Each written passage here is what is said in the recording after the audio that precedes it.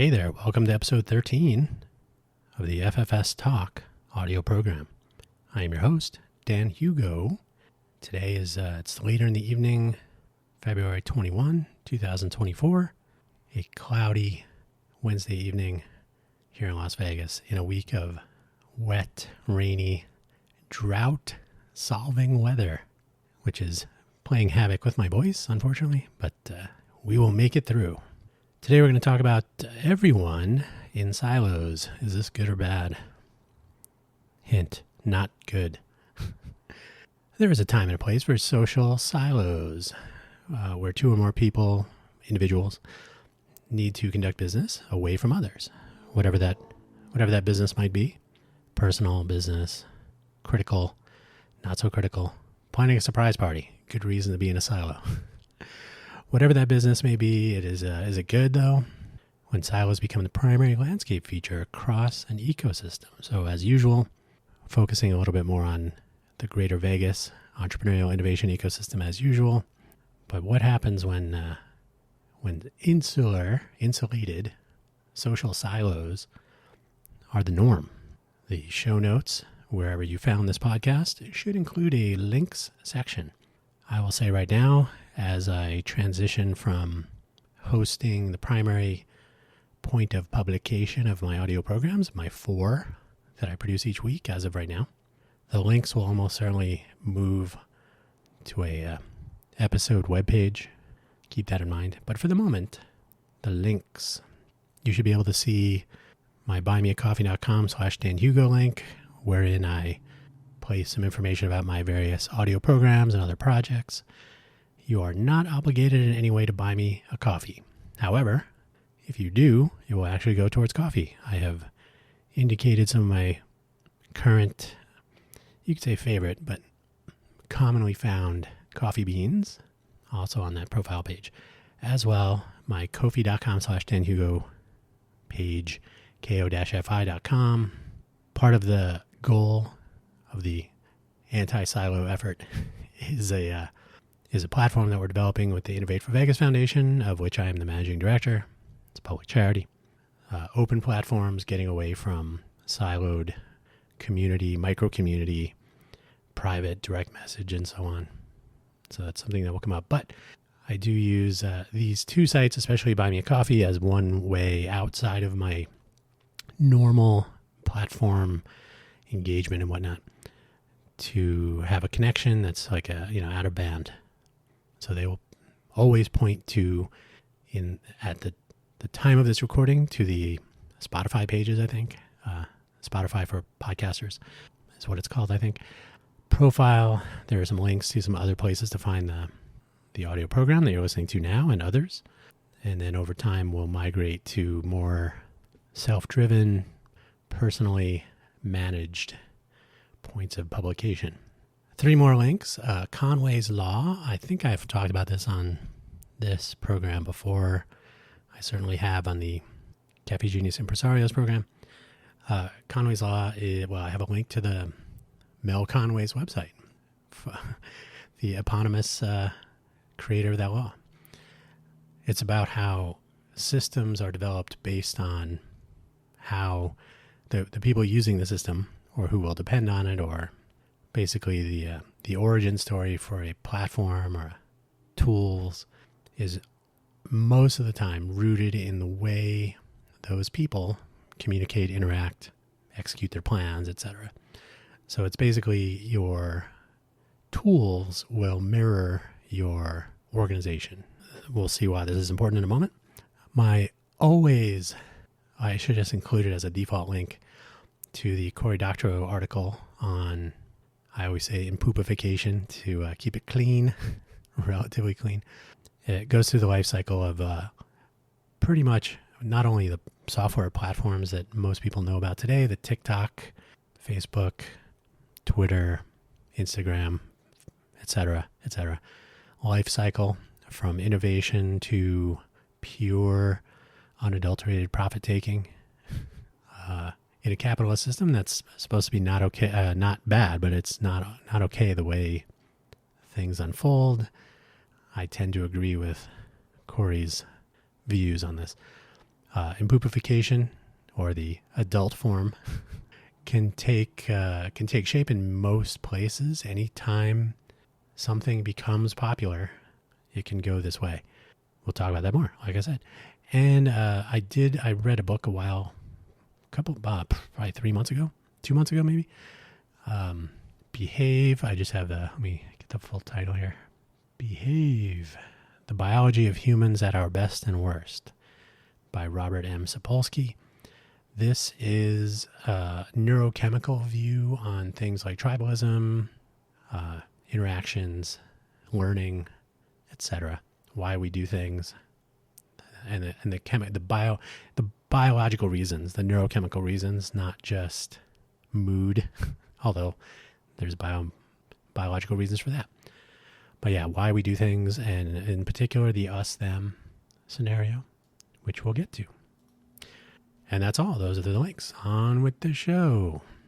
First of all, I use the term insular often to differentiate communities, subcommunities, groups from isolated, even though if you look up a definition of insular, it will include the word isolated.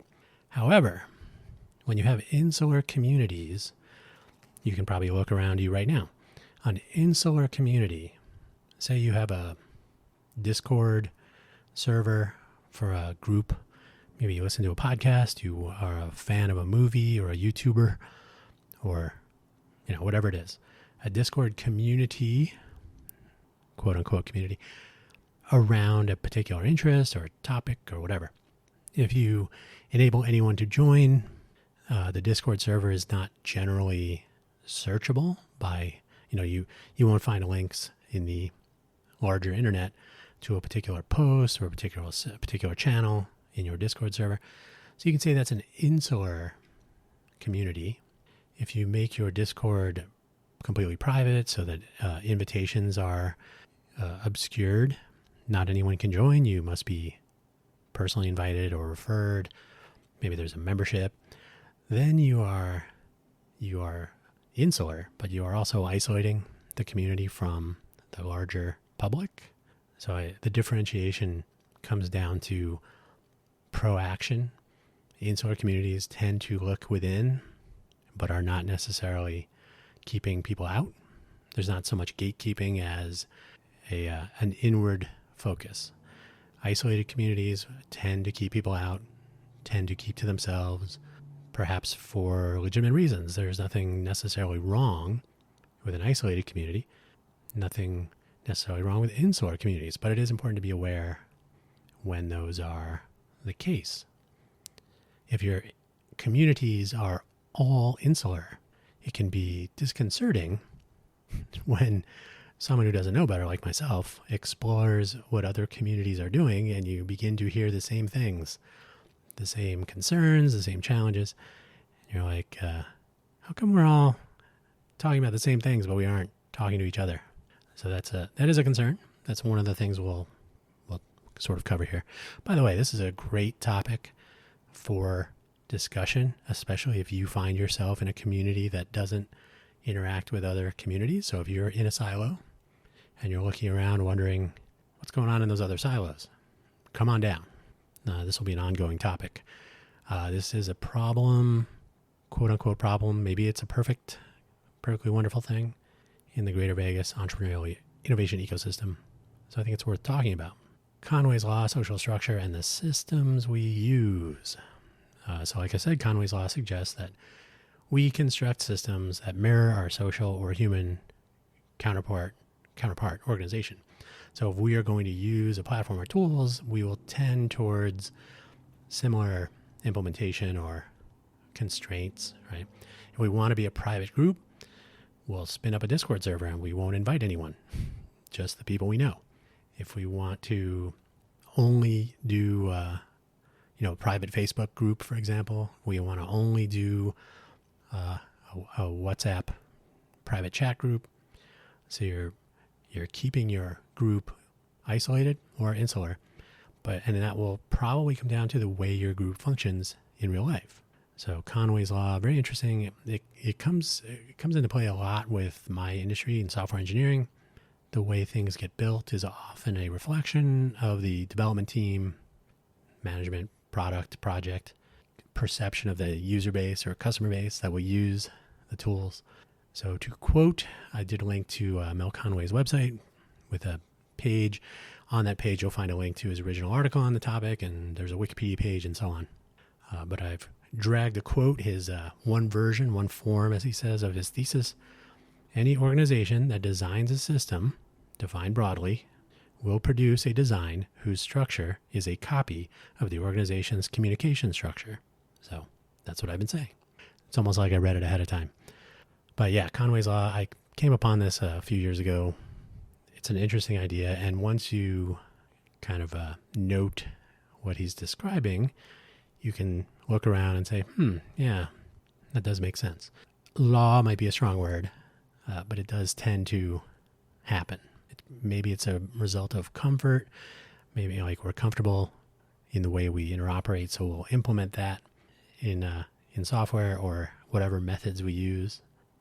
Maybe there's something more to it, but it does tend to be true. So if we attempt to construct or put into practice systems that are designed this way, we may reinforce our insulation if we're already insular. So we're already an insular group or maybe isolated. We construct or adopt, Discord or Facebook groups or something. Now, you can test this. This is true of LinkedIn as well.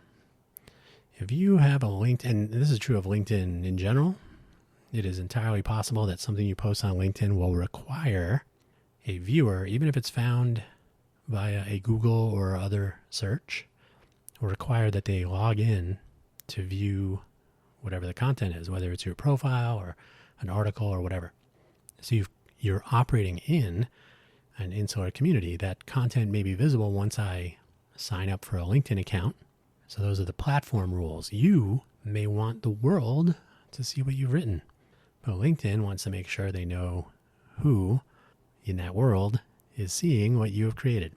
So if we are already insular, right? If you do it on purpose, if you post content or if you express an opinion or you maintain a presence for interaction on a platform or in an environment that requires one to get over a barrier, get through a gateway, you are using something of an insular or isolated community or a platform. Does that match the way you intend to interact with the larger public? You may find that you are operating in an insular or isolated mindset and or community. So you've adopted a scheme that reinforces that, and that may reinforce your real world presence in that your insular tools, your isolated platform, will prevent people who are not in the in-group from joining or participating. So you're reinforcing your insulation or possibly isolation. So you can examine your groups and communities.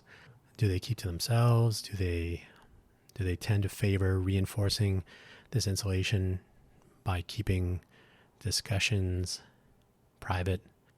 A lot of inside baseball discussion, for example. Like you kind of have to already know what we're talking about in order to keep talking about it. Private discussions and closed sharing tools will tend to build this, they'll reinforce what you already have. Would you, the postcard test, right? Would you say whatever you're discussing, would you write it on a postcard, or must it be in a privacy envelope with the noise pattern inside, so you can't hold the envelope up to a light? By the way, you can spray an envelope with Freon, be able to read the contents.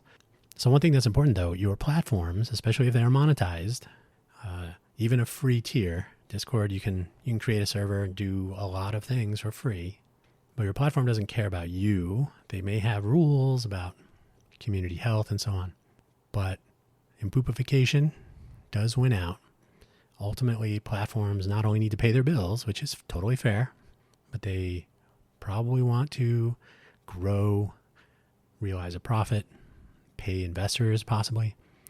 So they tend to become popular based on some initial, and this is the impoopification timeline, based on giving away free services, doing something novel. You can look at the Instagram threads approach.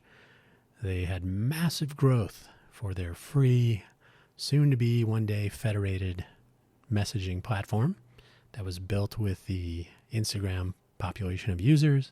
Basically, we're automatically signed up. So where does it go next? Well, they already have the users. They already have people signed up. As long as people use it, they can monetize, they can take advantage of the platform. So you have to be careful about how you select a platform or your tools. It is very likely that the platform you choose, it may seem to work.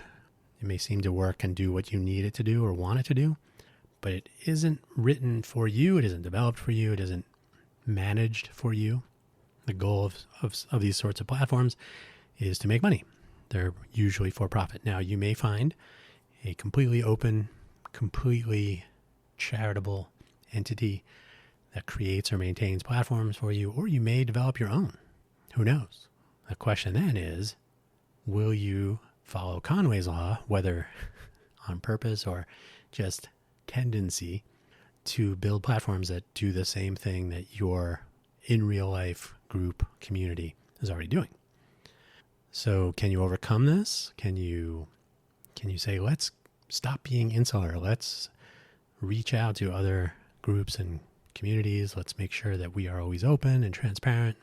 Well, sure. But if your natural tendency, if the population in your group or community is already of the mindset and already has momentum and something of a culture around keeping to itself, around inside jokes, inside references, inside baseball, as they say, if that is already the tendency, it will take more energy than you may imagine to escape that. So the path of least resistance will be to implement in your platform basically the same social structure, the same communication structure that you already have. And this is Conway's Law. So you may not escape it. You may be one minor voice who would ponder it, but it may be more difficult than you might imagine. Part of the challenge is, of course, if you only talk to the people in the insular community, they may not observe the value of not being an insular community. Many people are quite comfortable. If you look at nextdoor.com, for example, these are geographical communities of people who almost certainly don't know each other, but for the fact that they happen to have sent in a postcard or somehow indicated that they live or spend time in a particular grid square on a map.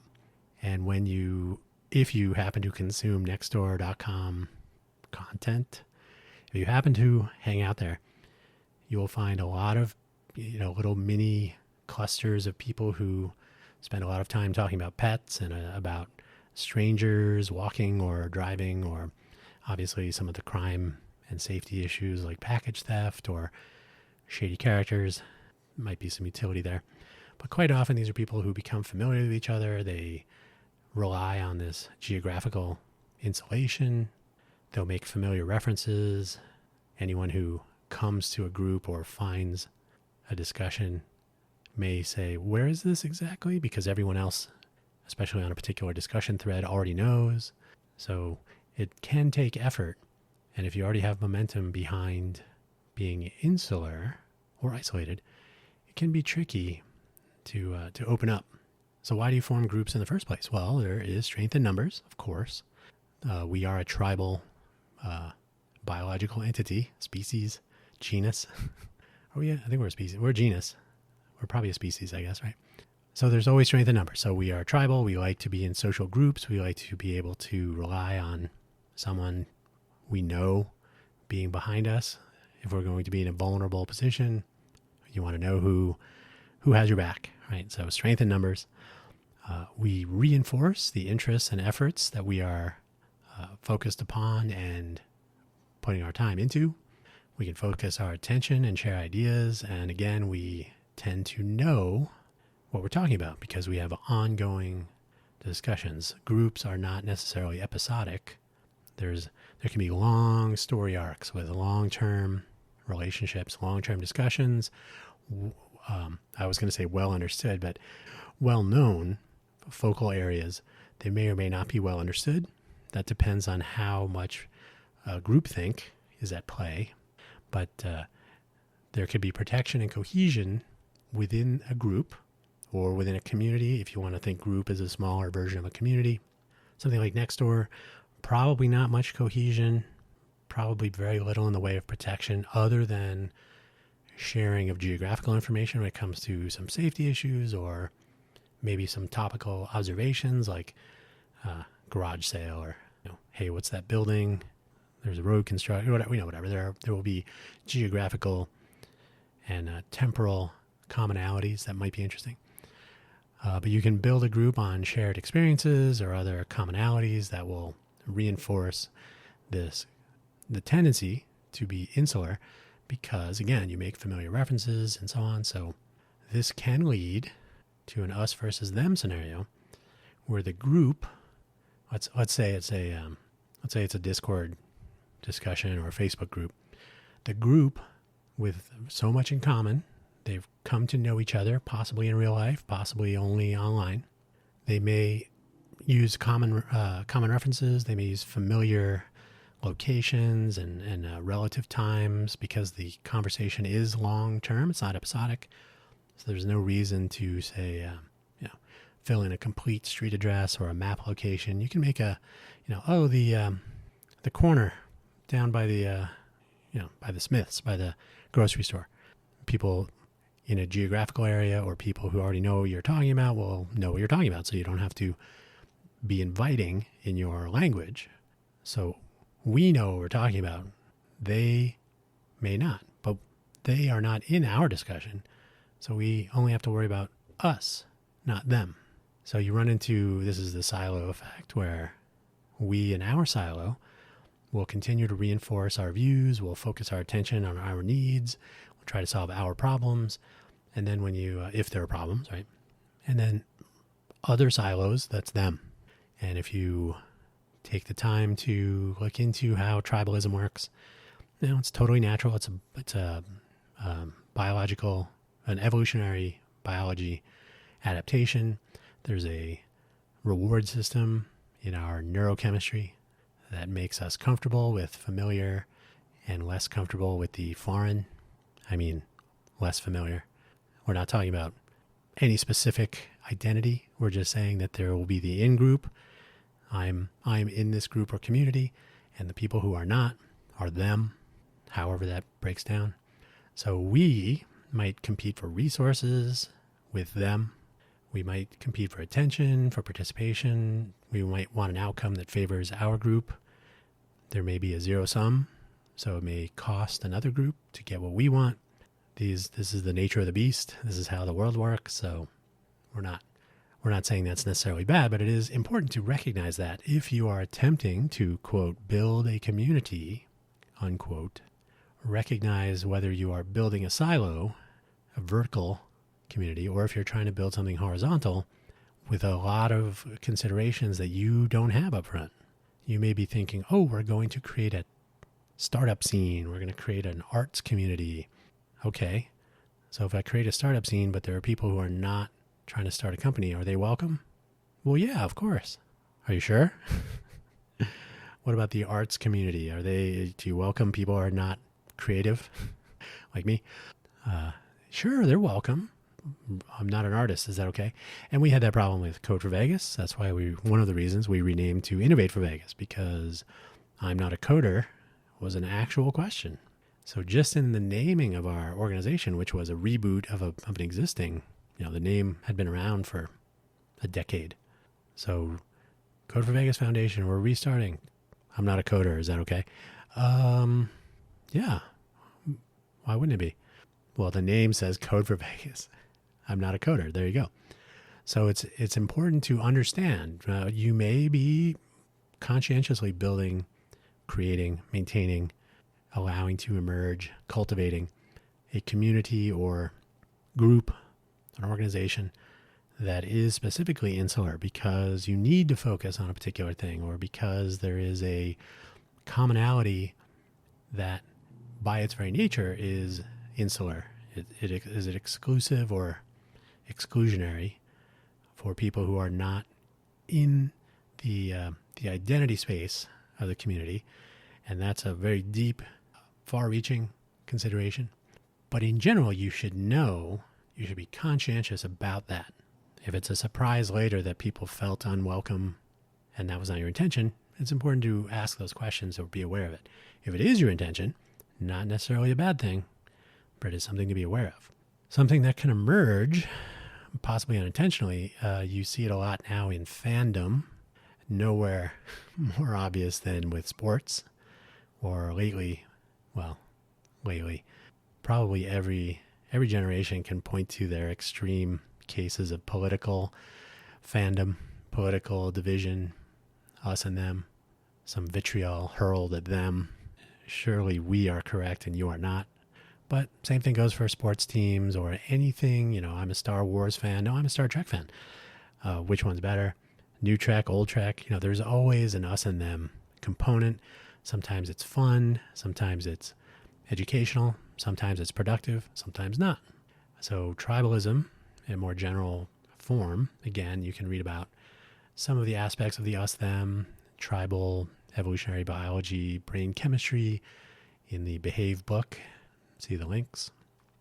Or you can, if you look for Robert M. Sapolsky, Sapolsky, he's a professor, PhD, doctor, whatever his various titles are. I believe he's at Stanford. You can read his mini bio on the Goodreads page that I've linked to about that book. So tribalism, this is built into our human experience. It's something that has evolved over at least 6,000 years, probably more. And we will tend towards these if we do not take action to mingle, to get over those barriers, to get around any gatekeeping, just to avoid the tendency, the natural, totally natural tendency to prefer comfort and safety, familiarity, to reaching out and into the unknown. So what works and what doesn't? That's the whole point of the show. So what works, obviously, is the cases where insular, even isolated groups and communities are conscientiously structuring themselves that way for some, I'm not going to say legitimate, but an understood reason, motivation. It doesn't make sense to invite everyone if your goal for your group or community is to focus on geographical, temporal, cultural, any identity issues, challenges, concerns. Opening it up to everyone is something to consider. Maybe the default is to keep your community that you already have talking in the way it is, communicating the way it's already communicating. Whether you choose to invite more people into your discussions on a digital platform may be something to really deeply consider, to ask the members of your in real life community.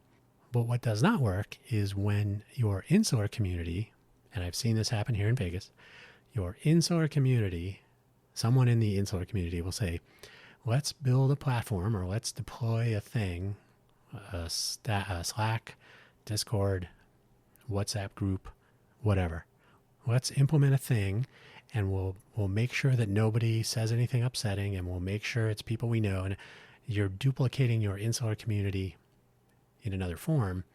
You may be preventing the real sharing of ideas that may be constructive. You may prevent people who want to avoid duplicating. They want to say, ooh, you and your group have the same issues or concerns that we have in our group.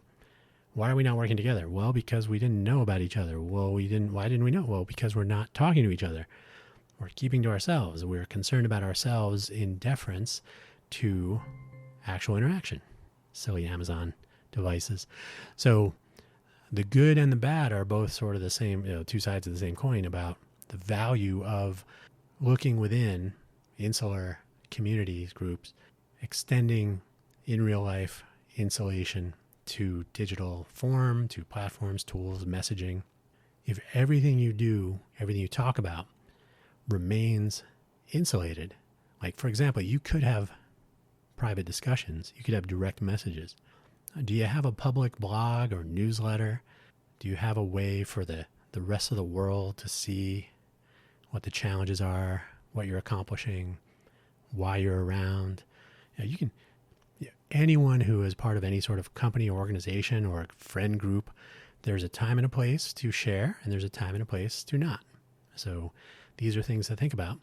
Here in the Greater Vegas area, I will say, anecdotally at least, although this has been confirmed by other studies and observations, that we have an insular communities problem, and the insular communities tend to eschew opportunities to reach out across silos. Why? Not sure. This is an ongoing problem. This is a good topic for you to join in on. But when you have people who tend to not share, tend to keep to themselves, tend to interact with their insulated community, group, friends, colleagues, when they tend to do that first, and that becomes a cultural norm, even newcomers, people who enter the Greater Vegas entrepreneurial innovation ecosystem, and this is based on, again, more anecdotes, they may have the notion that, I'm gonna invite people from all walks of life. But you will find, I hate to be a naysayer, you will find that people will tend to keep to themselves. They may come by for a meetup or check out what you're working on. But unless you have free food, they're unlikely to show up or return. And certainly taking action items back to their communities is a boulder that few will push up the hill. I often say in jest, I asked Sisyphus about the Greater Vegas ecosystem, and he said, I'll stick with the boulder. Insular groups tend to use jargon, the familiar location references, the relative time references, etc. They're using communication practices that extend to digital platforms to reinforce a familiarity with each other and the communication and topic arcs that are easily found in insular communities. When you have episodic interactions, you can assume people that are participating in your conversations are not necessarily aware of what you're talking about. And if you say something very inviting like, well, the acronym is RTFM, you can read about that if you look around. If there's an isolating tendency to shun people who are not caught up, who have not been read in, which takes effort.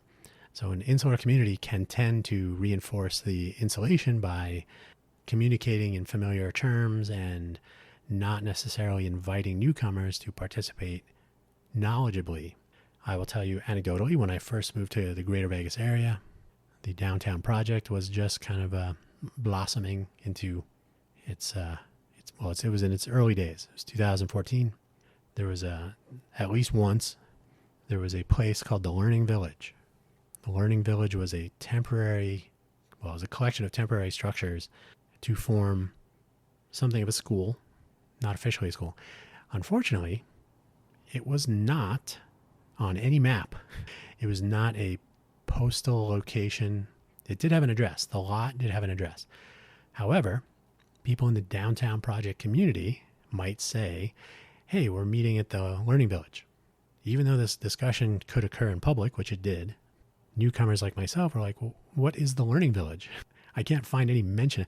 You may find blog posts or other articles, but oftentimes these will be familiar references as well. So you have to really dig to figure out, okay, it's right next to the container park. Of course. Well, once you know that, you know that. But if you don't know that, if you are left to find it, then you are not being invited to participate in the conversation. You are being told, go figure it out for yourself. And you may not get a new member of your conversation because you've told them to go pound sand. This happens all the time. It may be the goal. It may be a filter that you've added, a barrier to get over, a hurdle, gatekeeping. These are all real things. There's a time and a place. This may be desirable, may be unintentional. It's something to think about. Proaction can make a substantial difference, though. If your goal is to be, and I don't want to get into the DEI discussion, but if your goal is to be inclusive, to be inviting to others, especially newcomers to an area, and this is This is endemic to Greater Vegas. When someone moves to, relocates to, visits the Greater Vegas area with any kind of an entrepreneurial bent, and I have talked to people who have said exactly these things. Someone said to go to Blackfire. I didn't know what that was. Like, there's no built-in suggestion. Like, they could say, oh, go to UNLV. There's a campus called Blackfire. You could fill in some of the details. You could send them a map link. You could send them the homepage for Blackfire. But in casual conversation, if you say, go to Blackfire, and again, actual anecdotal accounts, I didn't know what they were talking about. Oh, yes, go talk to this person and that person. Well, where do I find them? Well, at Blackfire. Who's on first? Again, actual anecdotes from real experiences. When you know who they're talking about, when you know, oh, go to SPDC and go to SCORE. When you know that neither of those are really good choices, neither of those will help you when you are just getting here and you don't know what Blackfire is, right? Handing out some acronyms and pointing people towards what I would argue are not very helpful organizations, when they're really asking for like Vegas Entrepreneurial Ecosystem 101. Tell me what to expect, what to know. Whoa, we just talked to that person. Well, can you just answer a couple of questions like, why do I want to talk to that person? Where would I find them? Oh, go to First Friday, go to Tech Alley, go to Blackfire, go to the library. It can be a little bit dismissive. And again, not my view. This has been described to me. I've heard these anecdotes in the last year or two, certainly in the last 2 years, but definitely in the last year. So you're kind of left to your own devices. Now, if you are entrepreneurial, if that is your bent, this may be fine. You may roll up your sleeves and begin the journey the hard way. The last mile getting here is the first mile, trying to figure out what to do next. It's one of my memes for our Startup Resource Center project, which is on hold at the moment. But when you get here, there is no starting point. So you're kind of on your own, and people will attempt to be helpful, but you'll receive different forms of communication, different styles, different pieces of information, different references or referrals to people or places, because different little groups will have their different view and their different good experiences and positive communications and awareness than other groups. And so you will end up with whatever you end up with. Fact of life. Should it be different? Probably. Is there value in insulation? Sometimes. But when you are told that you should relocate your startup efforts to the Greater Vegas area, become a local, and then you are left to chance. Okay, I'm here. Now what? Go talk to so-and-so. Get away from me, kid. You're bothering me. It can be a challenge. So personally, I'm a fan of keeping silos where you need them, but being aware of when you do not, when you should remove a silo, or when you should make it easy to find information, make it easy to share information, make discovery. I've said this 1,000 times, broken record. Make discovery possible. Go to the Learning Village. What is that? Oh, it's a portable structure collection in the form of a school on a plot of land at this address, on these major streets, at this intersection at least, next to the container park, which is on the Google map or on the Apple map or wherever. You can find a reference point that you can then navigate from a few yards, right? So if you are proactively reaching out, engaging people that are not part of the in-group, you may grow your population, and who knows, everybody might win. So that's what I'm working on. What can we do about it? We can focus on when to use platforms that are not insulating and isolating, platforms that are not suffering from impoopification, and we can actually spend time elevating, not isolating. Call me crazy. So that's something we're working on with the Innovate for Vegas Foundation projects. We could always use more volunteers, so I'll plug my other efforts. The Let's Innovate for Vegas audio program linked on the Buy Me a Coffee profile page, innovateforvegas.org, spelled out F-O-R, Innovate for Vegas, no spaces, no numbers.org. There's a calendar there. We have office hours if you want to join in. But open platforms, open source, transparent attribution, enabling people to recognize, elevate, and celebrate effort is one way that you can prevent your insular communities from isolating themselves, intentionally or otherwise. And who knows, you may identify someone who may not be on everybody's radar until it's too late. Celebrating people after they're gone, not always the best way to go about things. That's where me and my voice and I will leave it for today. I'm sure it's been a struggle for you to listen. It's been something of a struggle for me to speak. The weather is killing me, and I will leave it there. Thank you so much for listening, and be sure and check out buymeacoffee.com/Dan Hugo. If for no other reason, then links to my various projects and programs are there.